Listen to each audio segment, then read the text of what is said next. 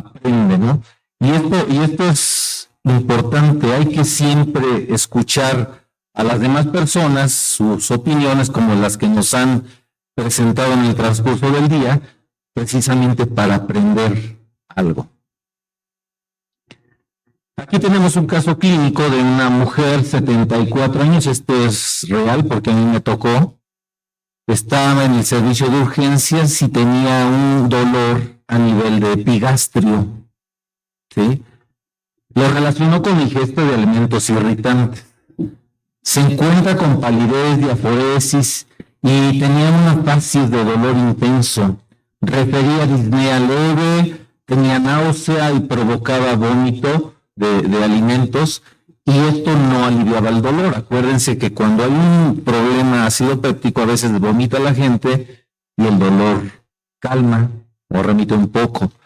Sus signos vitales, vean, 90-60, frecuencia cardíaca de 54, 24 de frecuencia respiratoria porque estaba hiperventilando, su saturación estaba baja, tenía 86.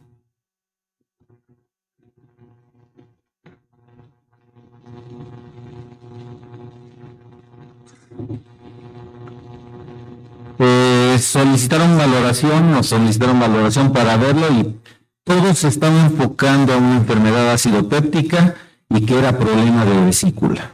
También estaban en las dos cosas, ¿no?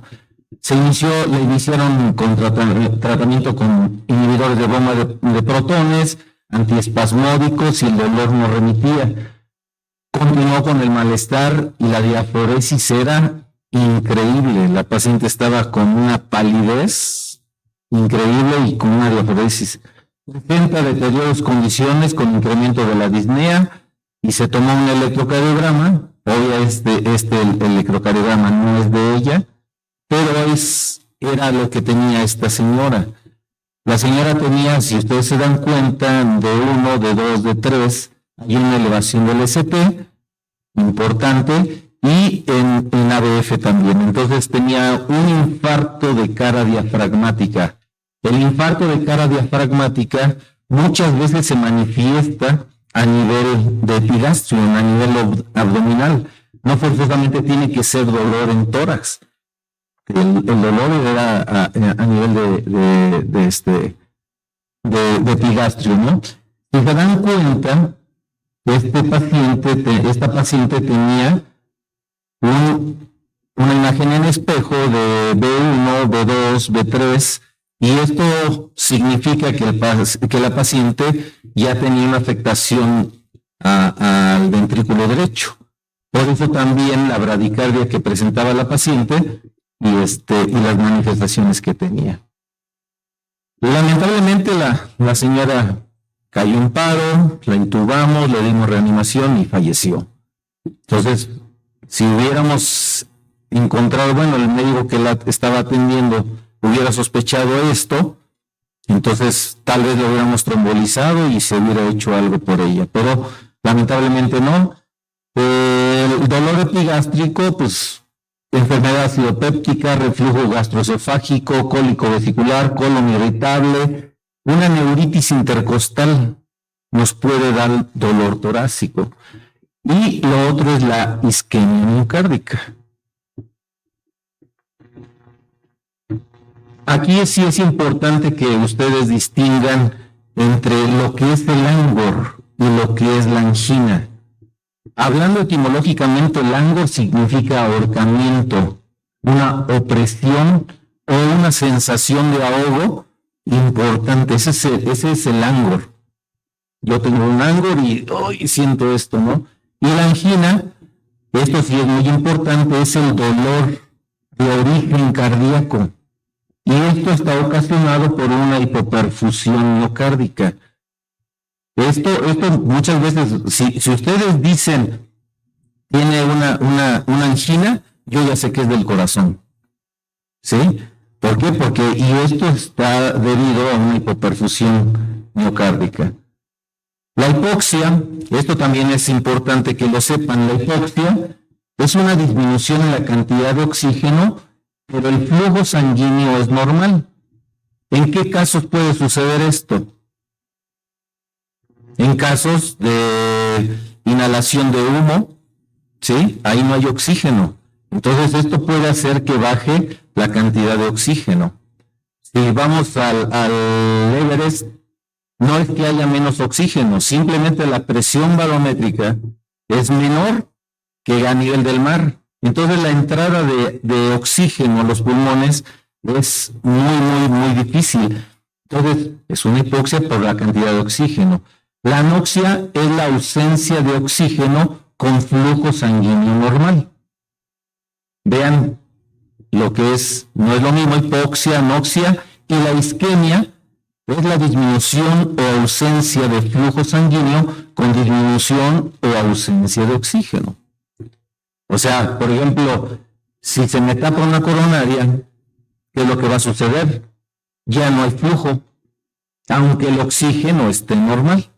Entonces, ahí ustedes dirán, pues, y por eso es muy importante, esta hipoxia o esta anoxia, con flujo sanguíneo normal, podemos hacer que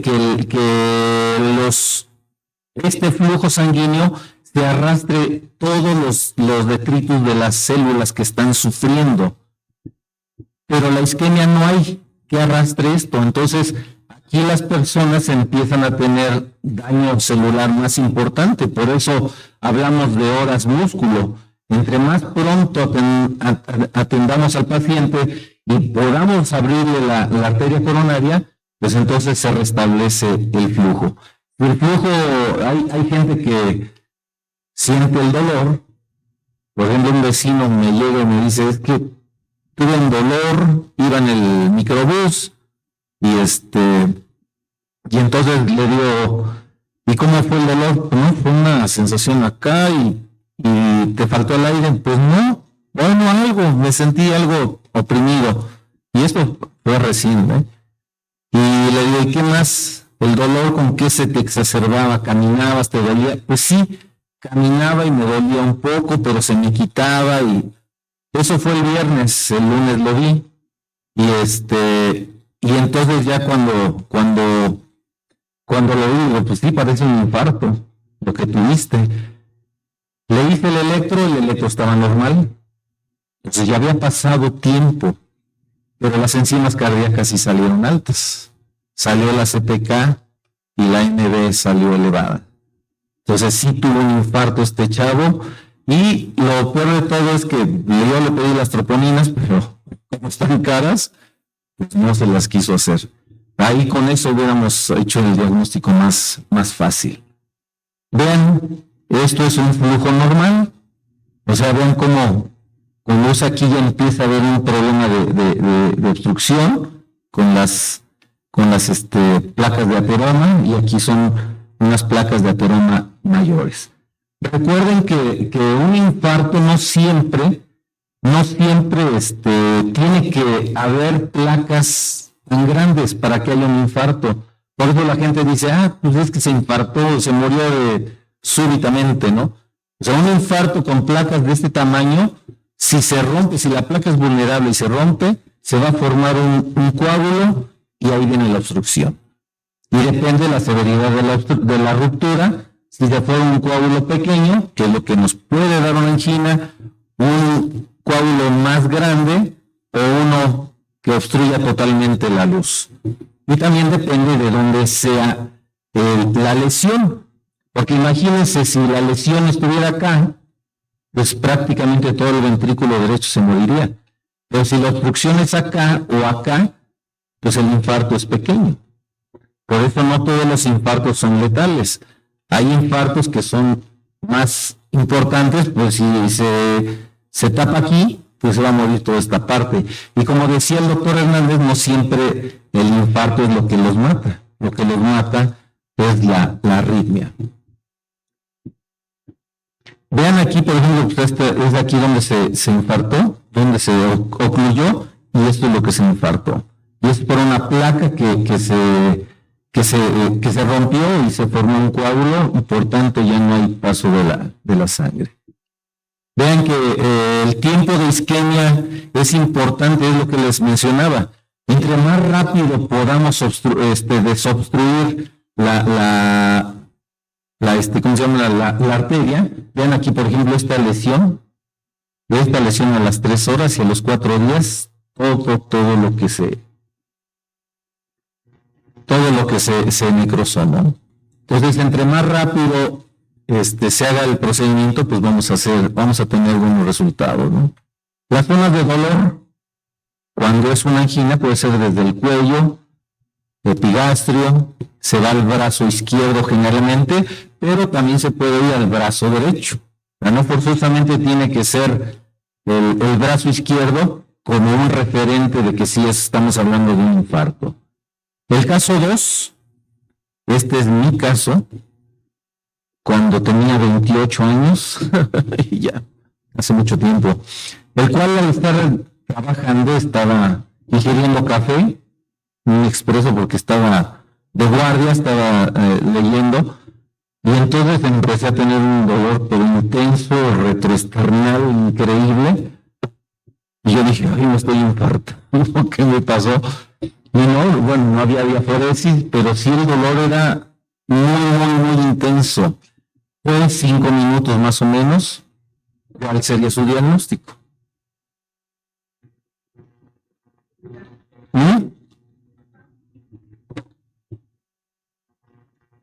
¿Qué? ¿Un espasmo de la arteria? ¿Qué otra cosa? ¿Una isquemia? ¿Una enfermedad por reflujo? No, lo que tuve fue un espasmo esofágico. El espasmo esofágico es un dolor increíble y se puede hacer la semejanza de un infarto, ¿eh? Pero el espasmo esofágico, la diferencia es que no hay diaforesis. Bueno, no siempre tiene que haber, ¿eh? Hay pacientes que pueden estar tomando algún medicamento y no se manifiesta la diaforesis, como en los beta bloqueadores. Y la duración tiene que ver, y la relación, como decía, es a veces con los alimentos. Yo estaba tomando café y cargadísimo, pues me dio el espasmo, ¿no? Este es un paciente masculino, 77 años de edad, diabético, 12 años, con tratamiento irregular. Presentó sensación de hambre, debilidad, diaforesis, cansancio que duró aproximadamente 2 horas. Tuvo mejoría después de una siesta, pero sin lograr sentirse íntegro en las horas subsecuentes. Vean cómo el paciente aquí no tuvo dolor. ¿Cuál fue la manifestación? Sensación de hambre. Él decía que tenía mucha hambre y que de repente empezó a sentirse mal, tuvo diaforesis. Él era mi suegro. Y así fue. Me habló, me dijo, ¿sabe qué? Es que tuve un malestar, así como mucha hambre. Y digo, no, ¿sabe qué? Está infartado. A ver, véngase para acá. Y sí, cuando le hice el electrocardiograma, tenía un infarto anterior importante. Y ya pasó la terapia intensiva, estuvo ahí un buen rato. Afortunadamente no le pasó nada, ¿no? En esa ocasión. Pero a los pocos años le dio un infarto, estando ahí en Morelos, iba de paseo y ahí súbitamente tuvo su muerte, ¿no?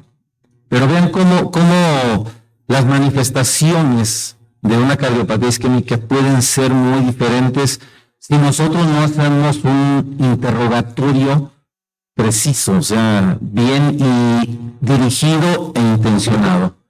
Este es un paciente de 69 años con tabaquismo de 20 años, un índice tabáquico de 2 paquetes al año, ingesta crónica de AINES por osteoartritis y sin referirse con diabetes o hipertensión. Y acudió por dolor intenso de epigastrio, diaforesis profusa, el dolor se irradiaba a región retroesternal, náusea y vómito de contenido gastroalimentario, sin remisión del dolor, tenía palidez importante y debilidad. El electrocardiograma y las enzimas cardíacas en límites normales. Se tomó RX de tórax. ¿Y qué es lo que ven ahí? ¿Qué? ¿Qué ven ahí?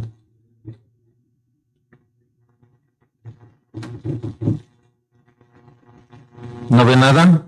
¿Cómo ven el corazón? ¿Bien? ¿Qué más? Vean que tiene aire libre en cavidad abdominal. ¿Sí se dan cuenta? Este es aire subdiafragmático. Aquí se puede confundir con la cámara gástrica, pero la cámara gástrica, acuérdense que siempre está con su nivel. Aquí era, y el paciente tenía una úlcera gástrica perforada. Entonces, vean cómo se confunden los síntomas. Si no hacemos una exploración y no hacemos un interrogatorio, ven, tenía dolor retroesternal, tenía náusea, vómito, tenía diaforesis, tenía palidez importante. O sea, era un infarto, pero lo que sucedió fue que era una úlcera. Vean aquí las manifestaciones. Siempre que vean una radiografía y aquí hay aire libre, pues hay que pensar, por ejemplo, las cirugías, luego las laparoscópicas, como meten gas, es muy frecuente que a veces puedan encontrar aire libre subdiafragmático. Los familiares refieren que 5 días previos se había presentado evacuaciones melánicas. No se dicen melánicas, no melénicas, porque tiene que ver con la melanina. Había fetidez y de manera intermitente. Tomó remedios caseros para la sensación de ardor en el epigastrio y la enfermedad acidopéptica, pues se estima que el 70% de las consultas en el IMSS corresponden a problemas relacionados con inflamación gástrica. Entonces sí tenemos que hacer esta diferencia.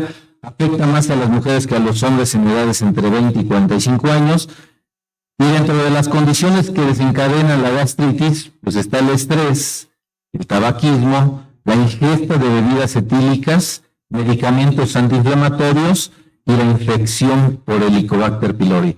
Aquí sí es importante, mucha gente utiliza omeprazol porque está tomando para la presión, para la diabetes, y les dan porque para que no le dé gastritis. O sea, esos medicamentos per se no producen gastritis y lo va a tomar toda la vida.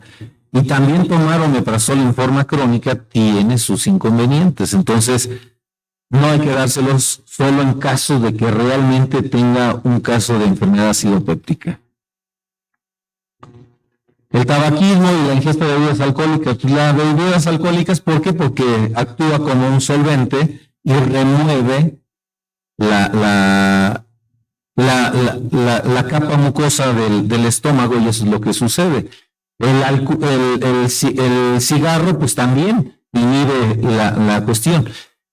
Y los antiinflamatorios, ¿qué es lo que hacen? Por ejemplo, el ácido acetilsalicílico produce gastritis. ¿Cuál es el mecanismo por el que produce gastritis? El contacto del ácido en el estómago.